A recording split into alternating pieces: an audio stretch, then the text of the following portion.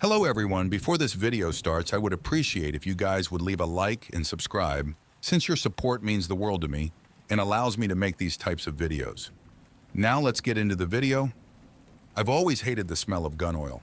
It clings to everything it touches, soaking deep into the fibers of my clothes, the lining of my backpack, the coarse hair on the back of my hands. Yet here I am, kneeling on the cracked linoleum of our mudroom, a Remington .308 laid across my thighs, and the stench of gun oil sharp in my nostrils. The early morning light barely scratches at the edges of the blinds, dim and gray, like the belly of a dead fish. My dad Frank is in the kitchen, clattering around with the coffee pot and mumbling under his breath. Today we're heading up to the woods of northern Michigan, same as we did every year before Leah, before we lost her. I can't help but feel the old scars throbbing as I load bullets into the magazine. It's been 10 years since that hunting trip, the one that tore my family into before and after. Before, when Leah's laughter was a constant soundtrack to our lives. After, when every silence was filled with her absence. We were just kids back then. I was 10, Leah was 8. It was supposed to be a typical hunting or trip, one of those bonding experiences Dad was always talking about. But things went wrong. We got separated from Dad somehow. One minute we were following him, the next we were lost, the dense woods closing in around us. Dad says when he found me, I was huddled under a fallen tree, my eyes wide, my body frozen. All I could mutter through chattering teeth was "Dogman." It was only later, after the search parties had combed through every thicket and hollow, that they found her. What remained of Leah was barely recognizable, the evidence of a brutal mauling undeniable. The authorities concluded it was likely a bear attack, but Dad, he never accepted that explanation. He had seen the tracks, too large and oddly shaped for any bear. As I load another round, the memory flashes, unbidden and unwelcome. Large, hairy, clawed hands reaching out towards us, impossibly big, grotesque in their form. Yet the rest of the creature eludes me, a shadow just beyond the edge of my recall, leaving me with nothing but fragmented terrors and Leah's haunting, echoing screams. My mind blocked most of it out, a self-defense mechanism, I guess. For years after that day, sleep was a battleground. I'd wake up in strange places, kitchen floor, backyard, even at the edge of the nearby creek. My therapist said it was my mind's way of trying to resolve the unresolved, to wander back through the woods searching for Leah. But all I found in those sleepless nights was a deeper sense of loss.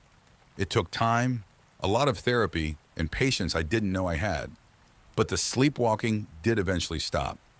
I guess I started to find some semblance of peace. I have mostly moved on with my life. The fragmentary memories of that day are still there, lurking in the corners of my mind. But they don't dominate my thoughts like they used to. I just finished my sophomore year at Michigan State, majoring in environmental science. As for Dad, the loss of Leah broke him. He became a shell of himself. It destroyed his marriage with Mom. He blamed himself for letting us out of his sight, for not protecting Leah. His life took on a single, consuming focus, finding the creature that killed her. He read every book, every article on cryptids and unexplained phenomena. He mapped sightings, connected dots across blurry photos and shaky testimonies of the Dogman. But as the 10th anniversary of Leah's death approaches, Dad's obsession has grown more intense. He started staying up late, poring over his maps and notes, muttering to himself about patterns and cycles. He's convinced that the Dogman reappears every 10 years, and this is our window of opportunity to finally hunt it down. I'm not nearly as convinced. The whole Dogman thing seems like a coping mechanism, a way for Dad to channel his guilt and grief into something tangible, something he can fight against. But I decided to tag along on this trip, partly to keep an eye on him, partly because a small part of me hopes that maybe, just maybe, we'll find some kind of closure out there in the woods. I finished loading the rifle and set it aside, standing up to stretch my legs. I wiped my greasy hands on an old rag, trying to get rid of the smell. The early morning light is starting to seep into the room, casting long shadows across the floor. Dad comes out of the kitchen with 2 thermoses of coffee in hand. His eyes are bleary and tired. You ready, Ryan? He asks, handing me a thermos, his voice rough from too many sleepless nights. Yeah, I'm ready, I reply, trying to sound more confident than I felt. We load our gear into the truck, the weight of our supplies and weapons, a physical reminder of the burden we carry. The drive from Lansing across the lower peninsula is long and quiet, the silence between us filled with unspoken memories and unresolved grief. The drive north is a blur of highway lines and the dull hum of the engine. I drift off, the landscape outside blending into a haze. In my sleep, fragments of that day with Leah replay like scattered pieces of a puzzle. I see her smile, the way she tugged at my sleeve, eager to explore. The sunlight filters through the trees in sharp, jagged streaks. Then the memory shifts, darker, disjointed. Leah's voice echoes, a playful laugh turning into a scream that pierces the air. The crunch of leaves underfoot as something heavy moves through the underbrush. I see a shadow, large and looming, not quite fitting the shapes of any creature I know. Then something darker creeps into the dream, something I've never allowed myself to remember clearly. Before I can see what it is, I wake up with a start as the truck jerks slightly on a rough patch of road. Dad glances over.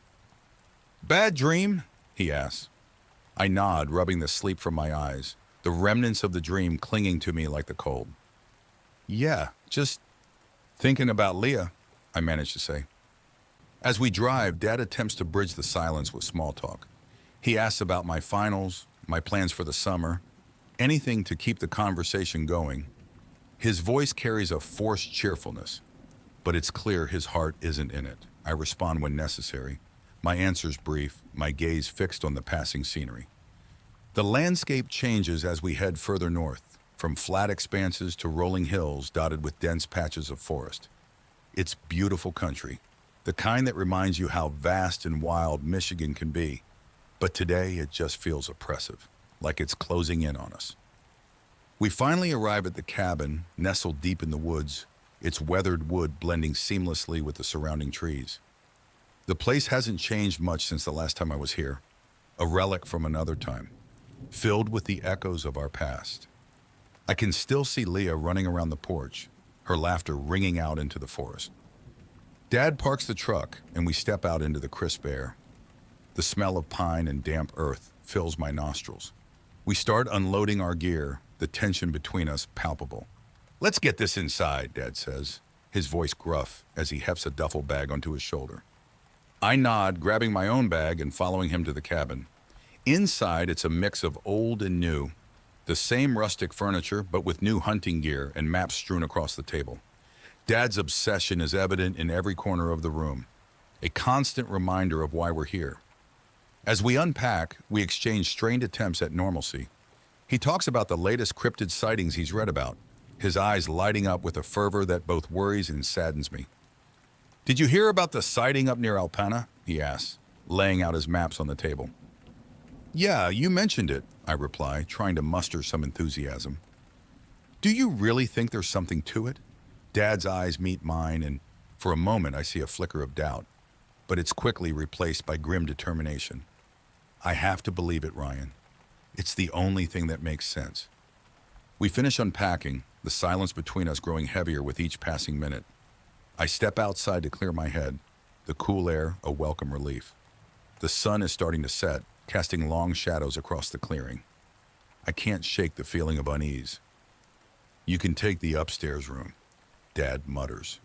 His voice is strained, trying to sound normal, but it's clear the weight of the past is heavy on him.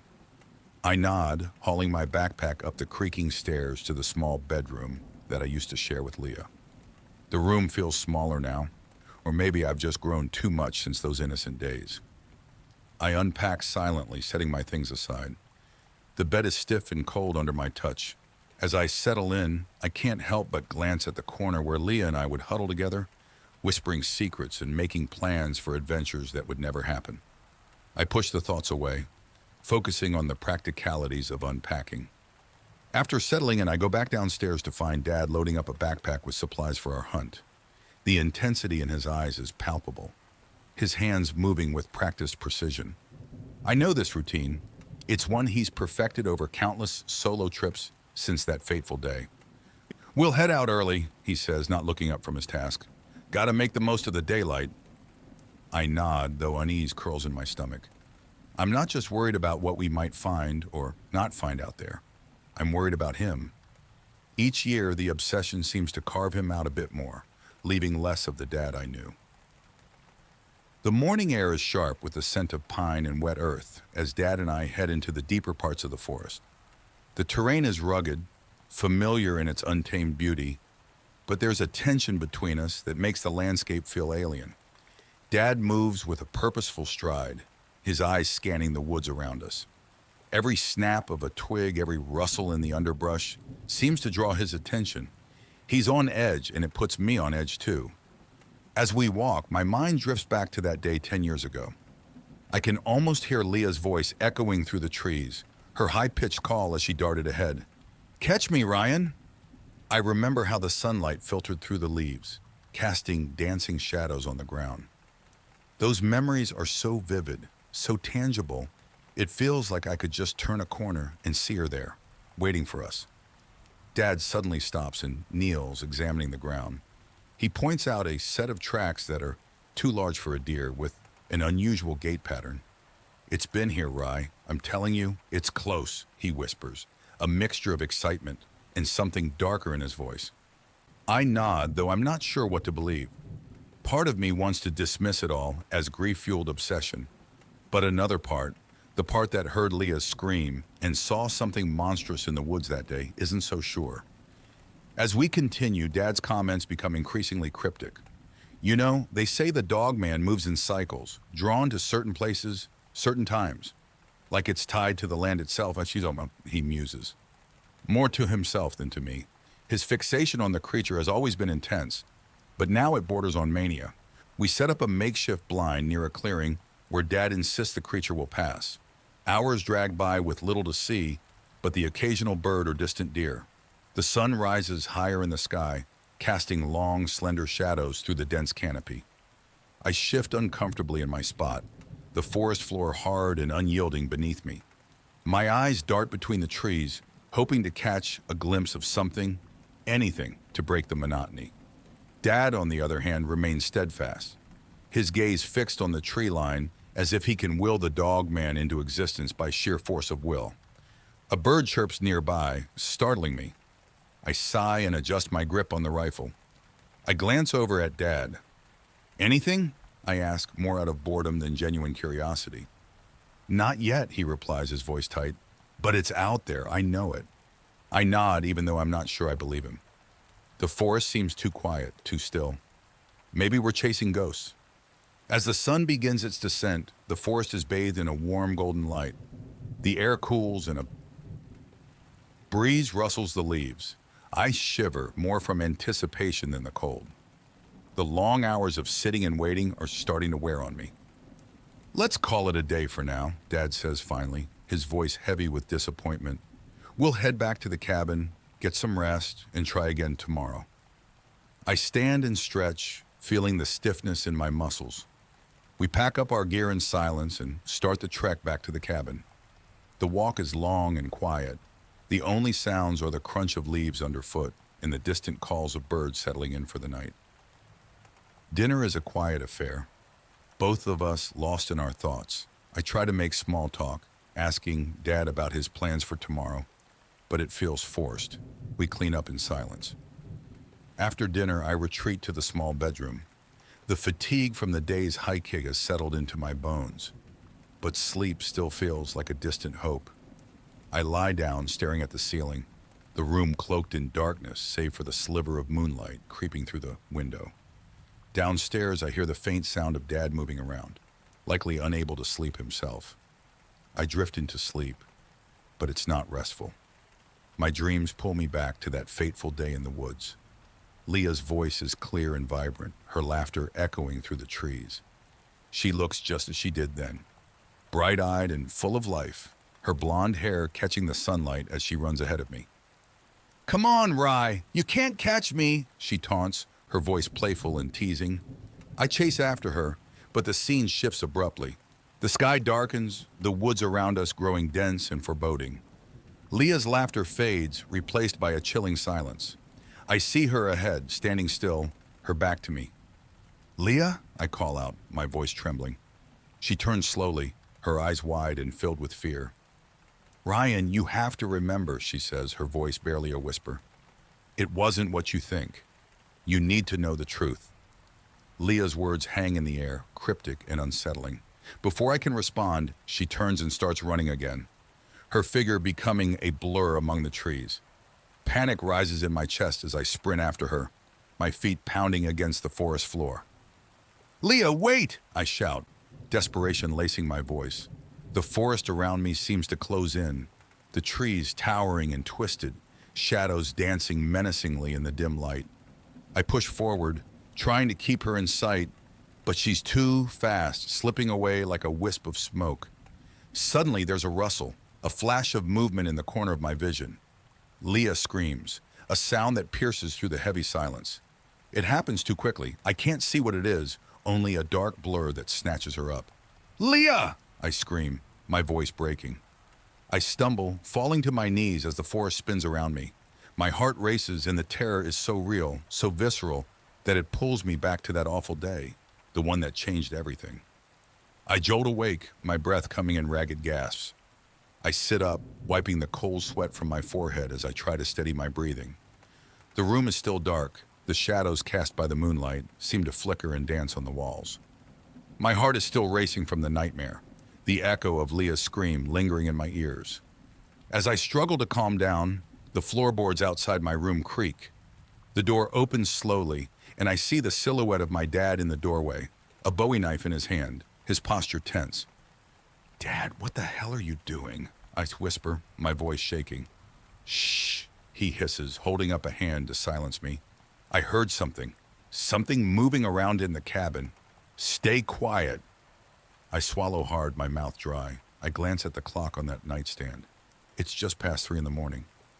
The cabin is silent, the kind of deep, oppressive silence that makes every small sound seem louder. I can't hear anything out of the ordinary, but Dad's expression is deadly serious. He motions for me to get up, and I do, moving as quietly as I can. My heart is racing, a mix of lingering fear from the dream and the sudden, sharp anxiety of the present moment. Dad leads the way, stepping cautiously out of the bedroom and into the hallway, the knife held ready in front of him. We move through the cabin, checking each room in turn. The living room is empty, the furniture casting long shadows in the dim moonlight. The kitchen is just as we left it, the plates from dinner still drying on the counter. Everything seems normal, untouched. We finish our sweep of the cabin without finding anything amiss. The silence is heavy, punctuated only by our soft footfalls. I can see the tension in Dad's frame, his grip on the knife unwavering. After checking the last room, we pause in the dimly lit hallway, the air thick with unspoken questions. There's nothing here, I say, my voice low. Are you sure you heard something? He looks at me, his eyes searching for something in my face. I heard growling, deep and close. It was right outside the window. Maybe it was just an animal outside? A raccoon or something? I suggest, although the certainty in his voice makes me doubt my own reassurance. No, it wasn't like that. It was different, he insists, his voice tense. I nod, not wanting to argue, but the seeds of worry are planted deep. The look in his eyes sends a chill down my spine. It's not just fear, it's desperation. The kind of desperation that comes from years of chasing shadows and finding nothing.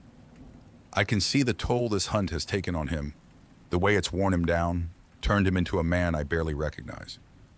We head back to our rooms. As I lie down, my mind races with thoughts of my dad. I can't help but wonder if he's losing it, if the years of grief and guilt have finally pushed him over the edge. Dad wasn't always like this. Before Leah's death, he was the kind of father who took us fishing, helped with homework, and told terrible jokes that made us groan and laugh at the same time. He was solid, dependable. But losing Leah changed him. The guilt twisted him into someone I barely recognize, someone driven by a need for answers, for closure that may never come. I try to sleep, but my thoughts keep me awake. I can hear Dad moving around downstairs, probably pacing or double-checking the locks. His paranoia has become a constant presence, and I don't know how to help him. I don't even know if I can help him. The next morning, the sunlight filters weakly through the cabin windows, casting a pale light that does little to lift the heavy mood. I drag myself out of bed, feeling the exhaustion of another restless night. Dad is already up, hunched over his maps at the kitchen table, his eyes bloodshot from lack of sleep. "Morning," I mumble, rubbing the sleep from my eyes as I pour myself a cup of coffee. "Did you sleep at all?" He shakes his head, not looking up from his notes. "Not much. I couldn't stop thinking about what I heard last night." I sip my coffee, trying to shake off the remnants of my nightmare. "Maybe it was just an animal, Dad. We're deep in the woods after all." He finally looks up, his eyes intense. "Ryan, I know what I heard. It wasn't just an animal, it was something else." I sigh, not wanting to argue. "Okay, fine, Dad. What's the plan for today?" "We're going back out. I found some tracks yesterday, and I want to follow them. See where they lead." I nod, feeling a mix of apprehension and resignation. I can see how much this means to him, how desperate he is for any kind of lead. "All right, let's get packed and head out." We spend the morning preparing, loading up our gear and double-checking our supplies. Dad is meticulous, going over everything with a fine-tooth comb. I try to match his focus, but my mind keeps drifting back to Leah and the dream I had. Her words echo in my head, cryptic and unsettling. "You need to know the truth." We set off into the woods, the air crisp and cool. The forest is alive with the sounds of birds and rustling leaves, but it all feels distant, like background noise to the tension between us. Dad leads the way, his eyes scanning the ground for any sign of the tracks he found yesterday. As we walk, I can't help but notice how erratically he's acting. He mutters to himself, his eyes darting around as if expecting something to jump out at us. His grip on his rifle is tight, his knuckles white. "Dad, are you okay?" I ask, trying to keep my voice steady. He glances at me, his expression unreadable. "I'm fine, just focused." He stops frequently to examine the ground or the bark of trees, pointing out marks and signs that seem meaningless to me. "Look at this," he says, crouching down to examine a broken branch. "See how it's snapped? That's not a deer or a bear. That's something bigger, stronger." I crouch next to Dad, squinting at the broken branch. To me, it just looks like a regular broken branch, the kind you see all over the forest. "I don't know, Dad. It just looks like a branch to me," I say, trying to keep my voice neutral. Dad's eyes flicker with frustration. "You're not looking close enough. It's the way it's snapped. Too clean, too deliberate. Something did this."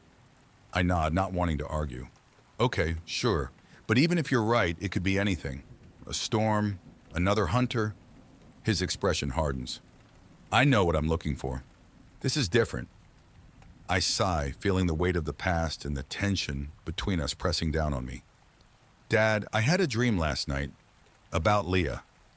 The words hang in the air between us, heavy and fraught with unspoken emotions. Dad's eyes widen and he straightens up, his entire demeanor shifting. "What kind of dream? What did you see?" His voice is urgent, almost desperate. "It was strange. We were in the woods like we are now, but everything felt different. Leah was there, running ahead of me, laughing. Then she stopped and told me I needed to know the truth, that it wasn't what I thought." Dad grabs my shoulders, his grip tight. "What else did she say? Did she tell you anything specific, anything about the creature?" I shake my head, feeling a chill run down my spine. "No, that was it. She just said I needed to know the truth, and then she was gone."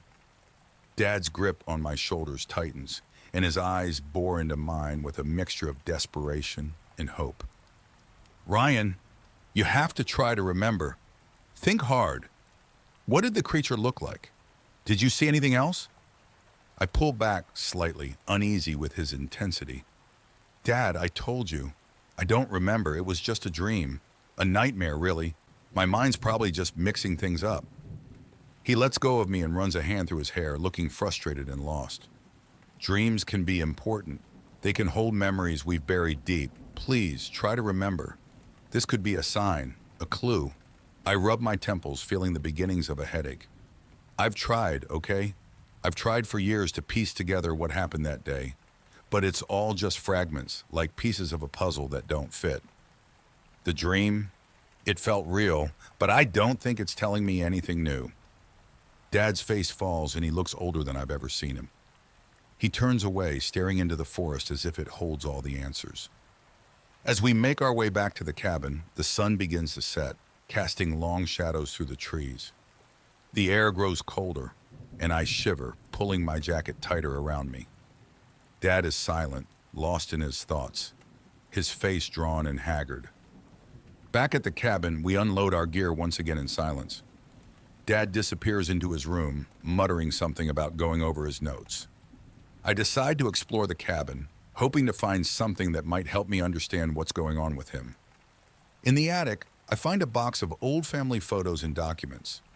As I sift through the contents, I come across a worn journal with Dad's handwriting on the cover. Curiosity gets the better of me, and I open it, flipping through the pages. The journal is filled with notes and sketches, detailing his obsession with the dogman. But there's something else. Entries that talk about Leah, about that day in the woods. His handwriting becomes more erratic, the words harder to read. One entry stands out, dated just a few days after Leah's death, June 15th, 2013. It was supposed to be a normal trip. Keep them close, Frank, I kept telling myself. But I failed. Leah is gone, and it's my fault. I heard her scream, saw the shadows. I tried to get to her, but the thing, it was there. Too fast, too strong. My hands, blood everywhere. No one will believe me. I can't even believe myself. I have to find it. I have to protect Ryan. I have to make it right. God, what have I done? Before I can read further, the attic door creaks open and Dad's voice slices through the stillness. What are you doing up here? His tone is sharp, almost panicked. I turn to see him standing in the doorway, his face pale and his eyes wide with something between anger and fear. I clutch the journal to my chest, my mind racing. I found this. I was just trying to understand. In an instant, he crosses the room and snatches the journal from my hands. His grip is tight, his knuckles white. You had no right, he growls, his voice trembling. Dad, I just wanted to know the truth, I shout, frustration boiling over. What really happened to Leah? His eyes flash with a mix of rage and anguish, and before I can react, he slaps me across the face. The force of it knocks me off balance, and I stumble backward, my cheeks stinging. For a moment, there's a stunned silence. We both stand there, breathing hard, the air thick with tension. I'm sorry, Dad says finally, his voice barely a whisper. I didn't mean to. He trails off, clutching the journal to his chest like a lifeline. I touch my cheek, feeling the heat from the slap, and take a deep breath, trying to steady myself. Dad, what aren't you telling me? What really happened that day? Stay out of it, Ryan, Dad growls, his eyes dark with anger. You don't know what you're messing with. He turns and storms out of the attic. I'm left standing there, my cheek throbbing, my mind racing. What the fuck is going on? What really happened to Leah? And what is Dad so afraid of?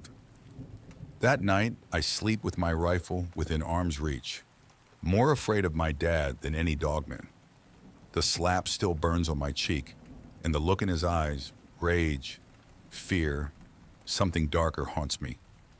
I lie awake listening to the creaks and groans of the old cabin, every sound amplified in the stillness. Eventually, exhaustion pulls me under, and I fall into a restless sleep. The dream returns, vivid and unsettling. I'm back in the woods, chasing after Leah. Her laughter echoes through the trees, a haunting reminder of happier times. This time, though, I push myself harder, refusing to let her slip away. Ryan, catch me, she calls, her voice playful. I'm coming, Leah, I shout, my legs pumping, my breath coming in ragged gasps. The forest around us is a twisted, shadowy maze, the trees seeming to close in on us. Leah's figure becomes clearer, her blonde hair catching the dim light filtering through the canopy. She stops suddenly, turning to face me, her eyes wide with fear. Leah, what is it? I ask, my voice trembling. Look behind you, she whispers, her voice barely audible. I turn slowly, dread creeping up my spine. In the shadows, I see a figure, its form indistinct and shifting. It's not quite animal, not quite human, something in between. The sight of it sends a jolt of terror through me, and I wake up with a start, my breath coming in ragged gasps. I'm not in my bed. The ground beneath me is cold and hard, the smell of damp earth filling my nostrils. Panic rises as I realize I've sleepwalked into the woods. I scramble to my feet, my eyes adjusting to the dim light.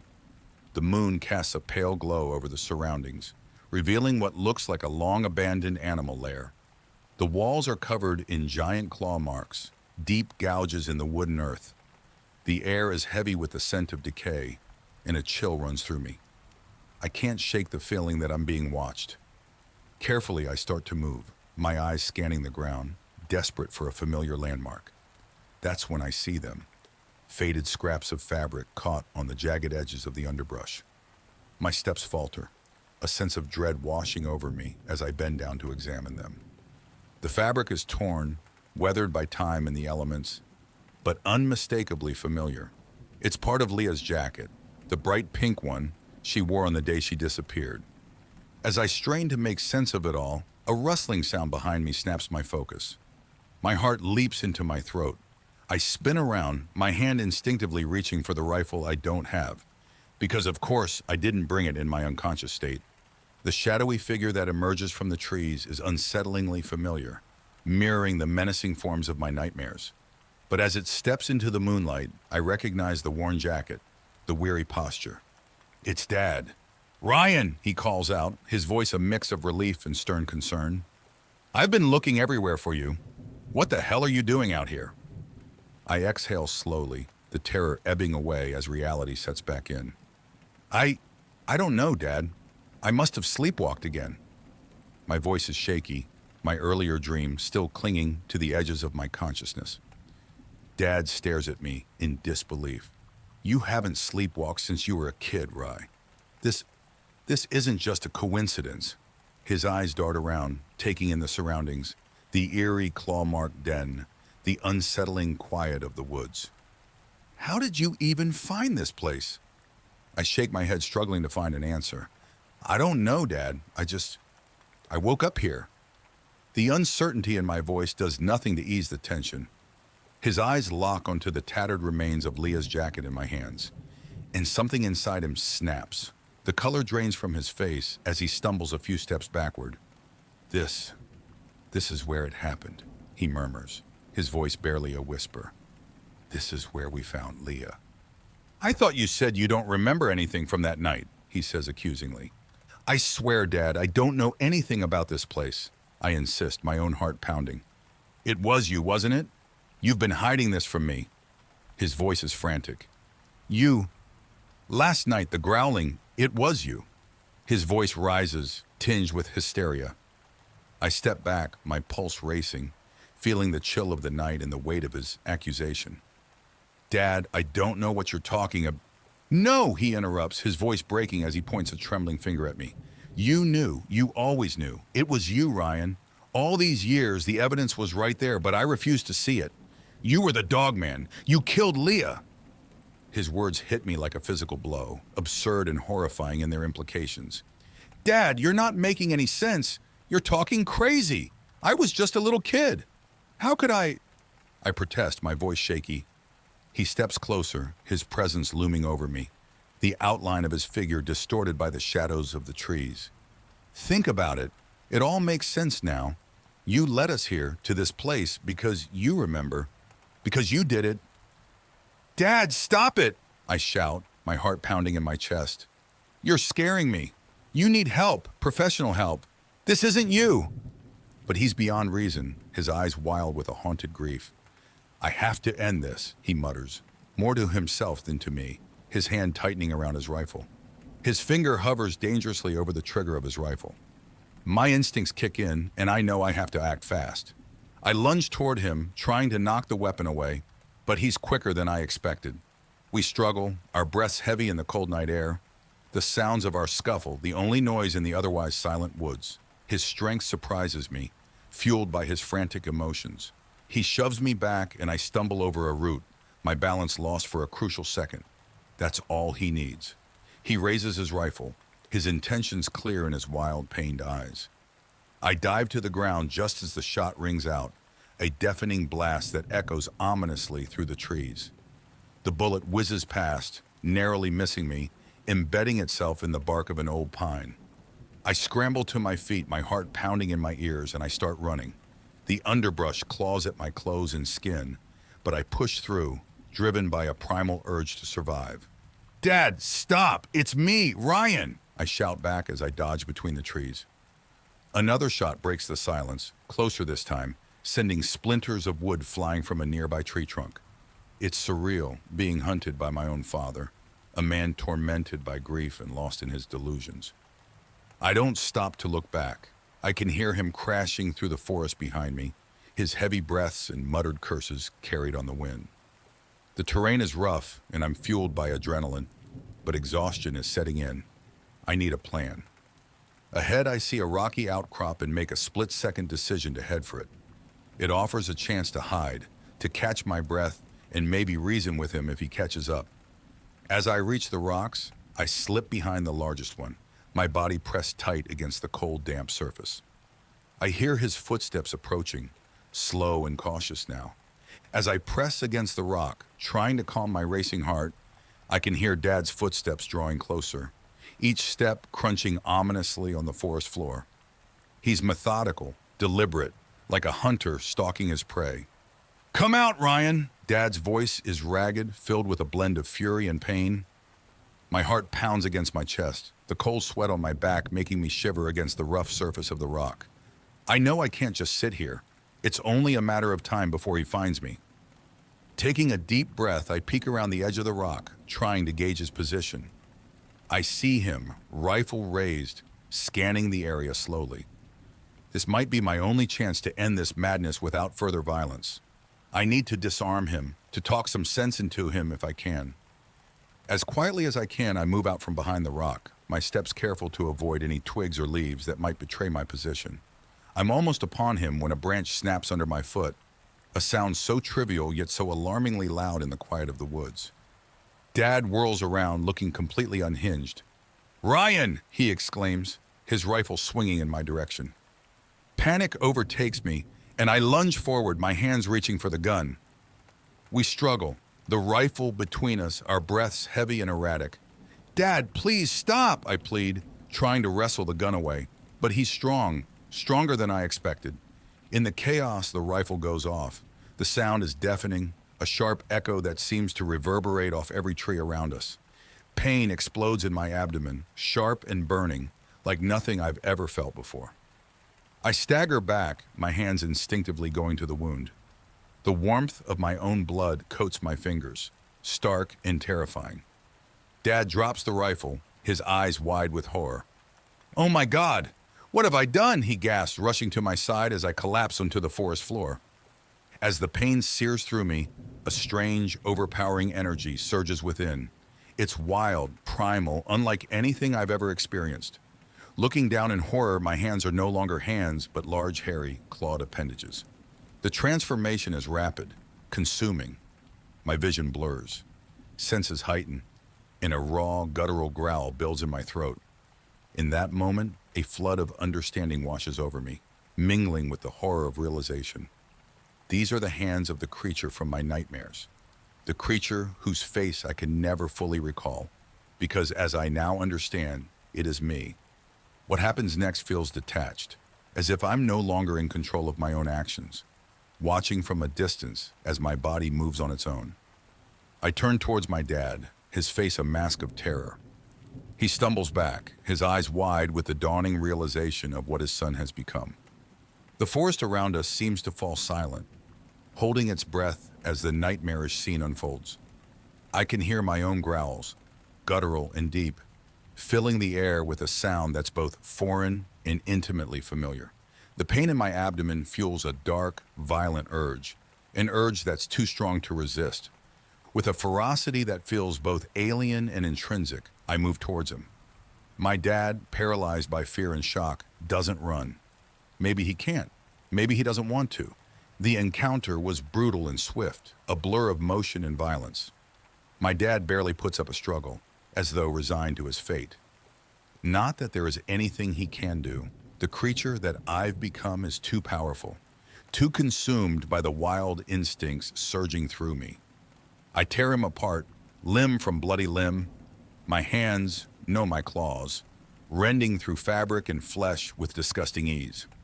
The sound of my dad's screams of tearing fabric and flesh is drowned out by the animalistic growls that echo through the trees.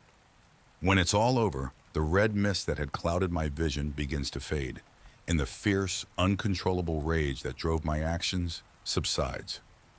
I'm left standing, my breaths heavy and erratic, in the eerie stillness of the forest. The transformation reverses as quickly as it came on, and I find myself back in my human form. My clothes are ripped to shreds, hanging off my frame in tattered remnants. At my feet lies what's left of my dad, his body torn and unrecognizable. I glance down at my abdomen, expecting agony, but instead find my wound miraculously healed. No sign of the gunshot remains, just a faint scar where I expected a bloody mess. Shock sets in, a numbing disbelief mixed with a gut-wrenching realization of what I've become and what I've done. My hands, now human again, tremble as I look at them, half expecting to see the claws that had so effortlessly ripped through flesh and bone. But there's only blood, my father's blood against my skin. I stand there for what feels like an eternity, trapped in a nightmare of my own making. Eventually, the shock wears thin, and a cold practicality takes hold. I need to get out of here. I need to cover my tracks, to disappear. Because who would believe this? Who would understand that I didn't choose this? That I'm not a monster by choice? With trembling hands, I do what's necessary. I bury my dad in a shallow grave, the physical act of digging strangely grounding. I cover him with leaves and branches, a pitiful attempt to hide the brutality of his end. I take a moment, whispering apologies into the wind, knowing full well that nothing I say can change what happened. I leave the forest behind, my mind a whirl of dark thoughts. As I walk, the first hints of dawn brush against the horizon, the sky bleeding a soft pink. It's hauntingly beautiful. Thank you for watching the video fully. Please hit the like and subscribe button, since I could not make these videos without your support, and it means the world to me.